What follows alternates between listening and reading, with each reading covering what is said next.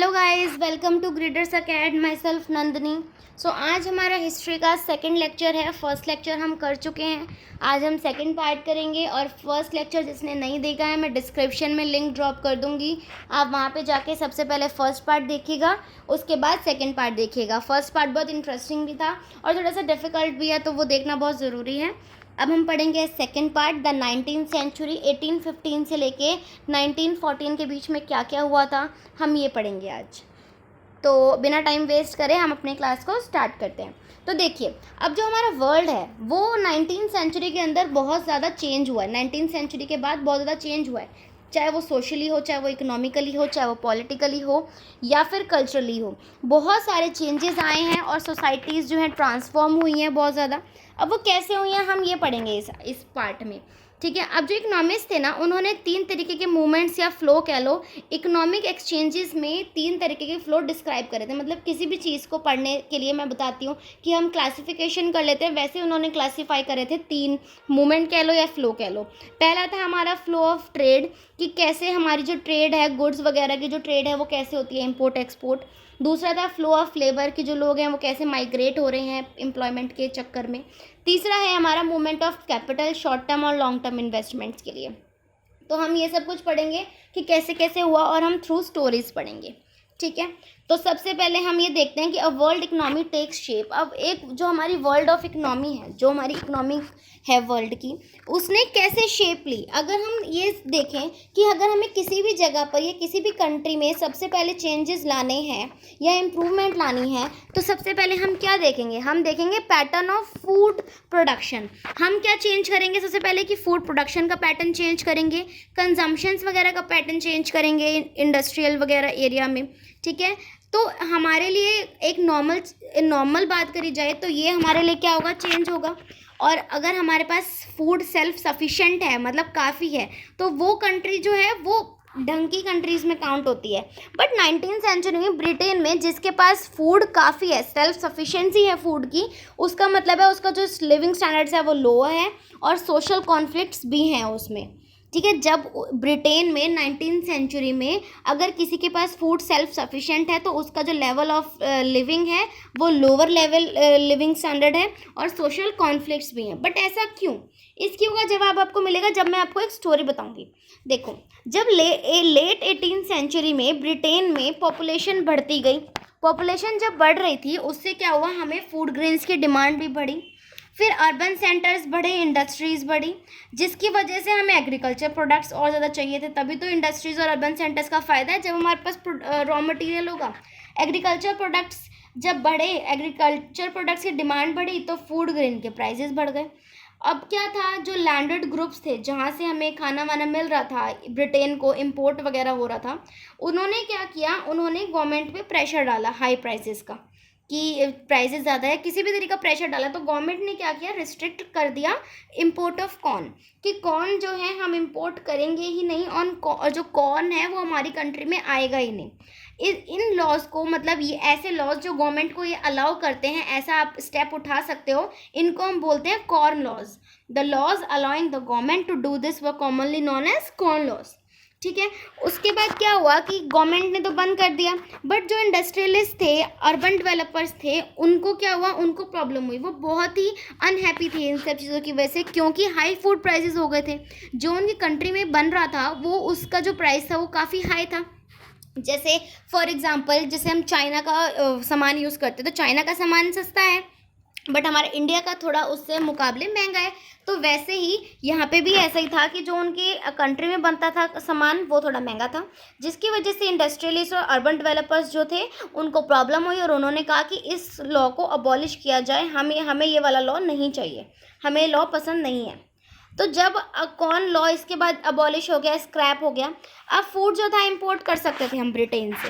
Britain में जो food था वो हम इंपोर्ट कर सकते थे, बट ये था कि जो इंपोर्ट हो रहा था फूड वो बहुत सस्ता था। वो इतना सस्ता फूड था जो कि वो अपनी कंट्री में प्रोड्यूस कर रहे थे, उससे ज़्यादा सस्ता फूड था।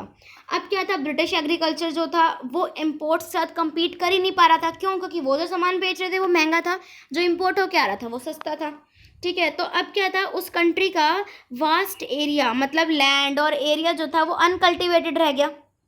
ठीक है, क्योंकि वहाँ पे कोई कल्टीवेशन हो ही नहीं रही थी ना, वो तो सब इम्पोर्ट पे डिपेंड थे, उनको इम्पोर्ट करवाना ही सही लग रहा था, वो वही सामान ले रहे थे जो सस्ता है, जो इम्पोर्ट हो रहा है। ठीक है, और जो लोग थे, थाउजेंड ऑफ मैन और वुमेन्स जो थे, वो क्या हुआ, उन्हें काम से निकाल दिया गया क्योंकि काम ही नहीं हो रहा था, तो एम्प्लॉयमेंट भी छिन गया। इससे क्या हुआ कि सिटी में बहुत ज़्यादा माइग्रेशन हुई, लोग बहुत ज़्यादा इधर से उधर माइग्रेट हुए। ठीक है, अब जो फूड प्राइसेस फेल हो गए तो ब्रिटेन में जो कंजम्पशन था वो बढ़ गया। मतलब जो चीज़ सस्ती होती है उसका कंजम्पशन तो हमेशा से ज़्यादा ही रहता है ना, महंगी चीज़ लोग कम खाते हैं, सस्ती चीज़ लोग ज़्यादा खाते हैं। अब मिड 19th सेंचुरी में ब्रिटेन ने क्या दिमाग लगाया, उन्होंने सोचा कि जब हमें सामान सस्ता मिल ही रहा है तो हम क्यों ना अपनी इनकम बढ़ाएं और अपनी इंडस्ट्रीज़ को ग्रो करें। सामान तो हमें सस्ता मिल रहा है ना, हम उससे और अच्छा कुछ बना के बेच सकते हैं। तो बहुत ज़्यादा फास्टर इंडस्ट्रीज़ जो हैं ग्रो हुई ब्रिटेन में, जिससे कि उनकी इनकम भी ज़्यादा बढ़ी और फूड इंपोर्ट्स भी हो रहा था। एक तरीके से जो खाना था वो इंपोर्ट भी हो रहा था, पर लेकिन उसी सस्ते सामान से उन्होंने क्या करा, कुछ प्रोडक्शन स्टार्ट करी। पूरे वर्ल्ड में eastern Europe, Asia, America, Australia, इन सब में जो थी लैंड क्लियर हो गई थी और फूड प्रोडक्शन की जो डिमांड थी वो ब्रिटिश डिमांड जो थी वो बढ़ गई थी। मतलब अब जैसे ब्रिटेन था वो भी तो इम्पोर्ट ज़्यादा ही कर रहा था ना, चाहे वो इम्पोर्ट क्यों कर रहा था। जैसे हम एक एग्जांपल लेते हैं, रॉ मटेरियल हम इम्पोर्ट करते हैं, अगर हमें सस्ता मिलता है तो हमारे लिए फ़ायदा ही है ना, हम अपनी इंडस्ट्रीज़ में लगा के उसमें अच्छे अच्छे प्रोडक्ट्स बना के बेच सकते हैं, तो वो हमारे लिए फ़ायदा होगा। वैसे ही उन्होंने ब्रिटेन वालों ने दिमाग लगाया और ऐसे मतलब अपनी इंडस्ट्रीज़ बढ़ाई।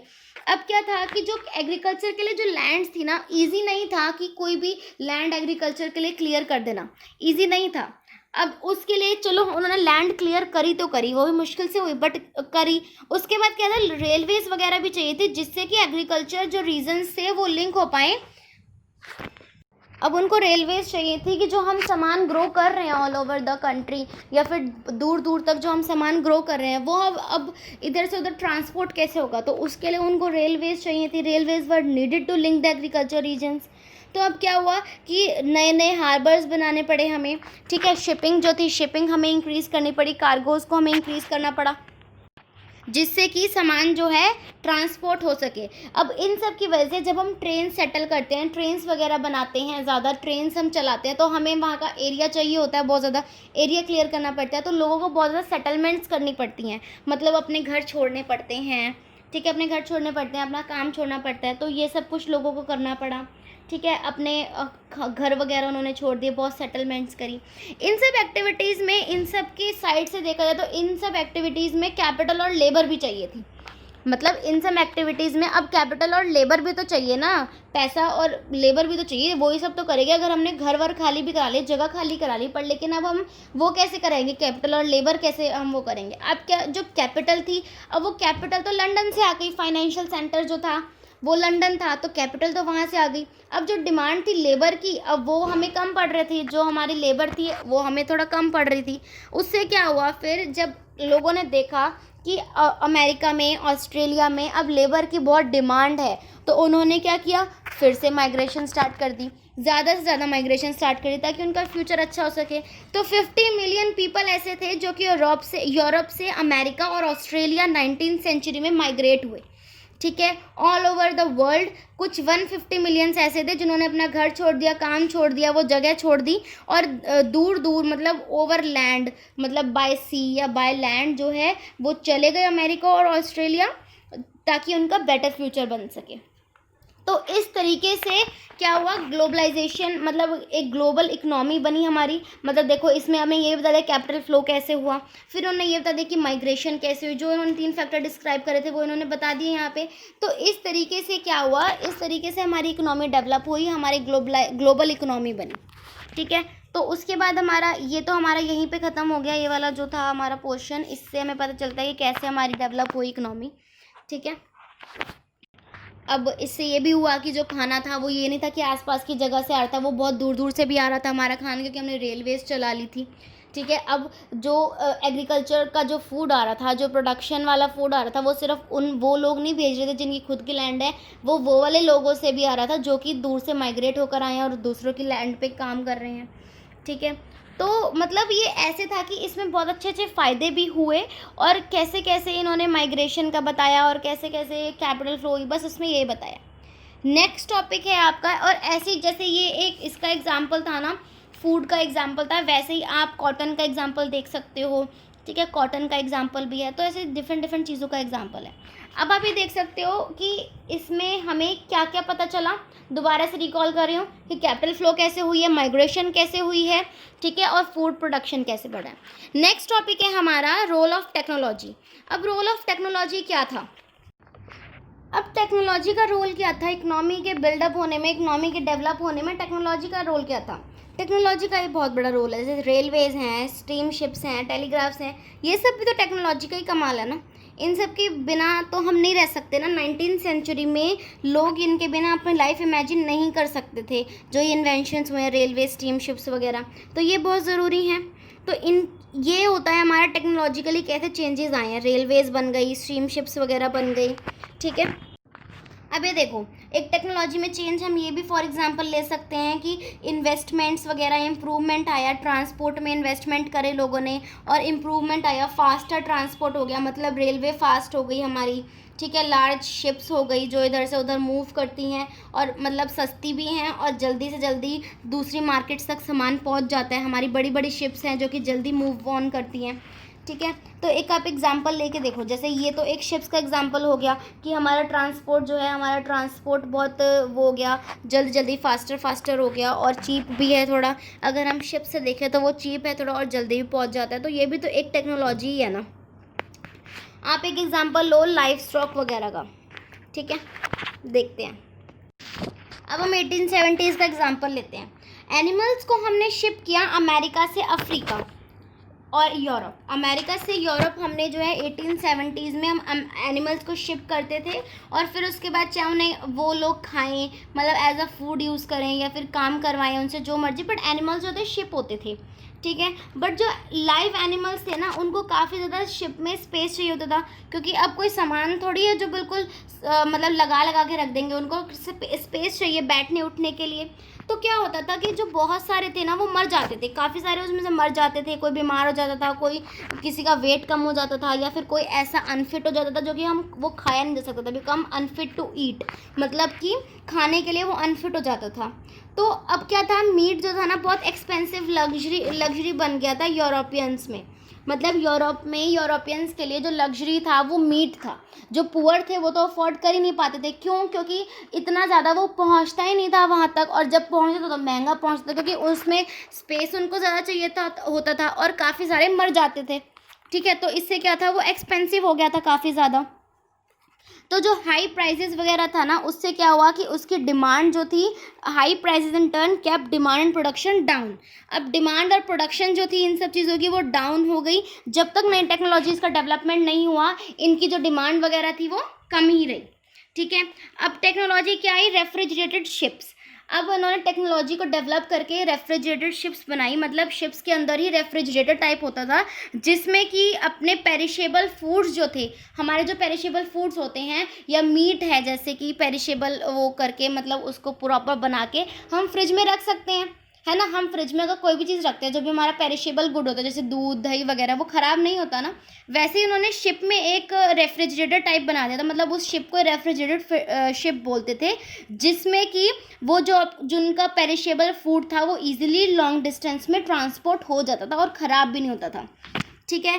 फिर उसके बाद क्या हुआ कि वो जो खाना पहुंचता था वहाँ पे, वो उसकी कॉस्ट कम हो गई, मीट प्राइसेस वगैरह कम हो गए यूरोप में, और जो पुअर्स थे यूरोप में वो भी कंज्यूम करने लायक हो गए, उनके प्राइसेस कम हुए, तो वो भी अब उसको खा सकते थे। ब्रेड, पटैटोज़ और ये सब को छोड़ के, बटर एग वगैरह को छोड़ के, वो अपनी मील में अब मीट भी ऐड कर सकते थे, जिससे कि उनकी लिविंग कंडीशन ज़्यादा अच्छी हो जाती थी, ठीक है। लिविंग कंडीशन उनकी अच्छी हुई और अच्छे से वो लोग हेल्दी रहने लगे, हेल्दी खाना खा के। तो ये था रोल ऑफ टेक्नोलॉजी की। टेक्नोलॉजी भी बहुत ज़रूरी होती है, जैसे हमने पढ़ा कि कैसे कैसे फूड ग्रो हुआ और ये सब, तो ऐसे ही टेक्नोलॉजी का रोल भी बहुत इंपॉर्टेंट है और टेक्नोलॉजी भी हमारे लिए बहुत ज़रूरी होती है। तो आज हम यहीं तक पढ़ रहे हैं। आगे का इसका सेकंड जो ये पार्ट है, फर्स्ट पार्ट पूरा ख़त्म कराया मैंने फर्स्ट उसमें लेक्चर में, अभी जो सेकंड पार्ट है इसको भी मुझे हाफ ऑफ करके कराना पड़ेगा, क्योंकि ये अभी आगे भी काफ़ी सारा रहता है, तो इसके सेकंड पार्ट में ही मैं कराऊंगी। So I am ending this lecture here. Hope you like it, and if you like it then please give it a thumbs up and don't forget to subscribe to my channel. Okay, bye bye guys.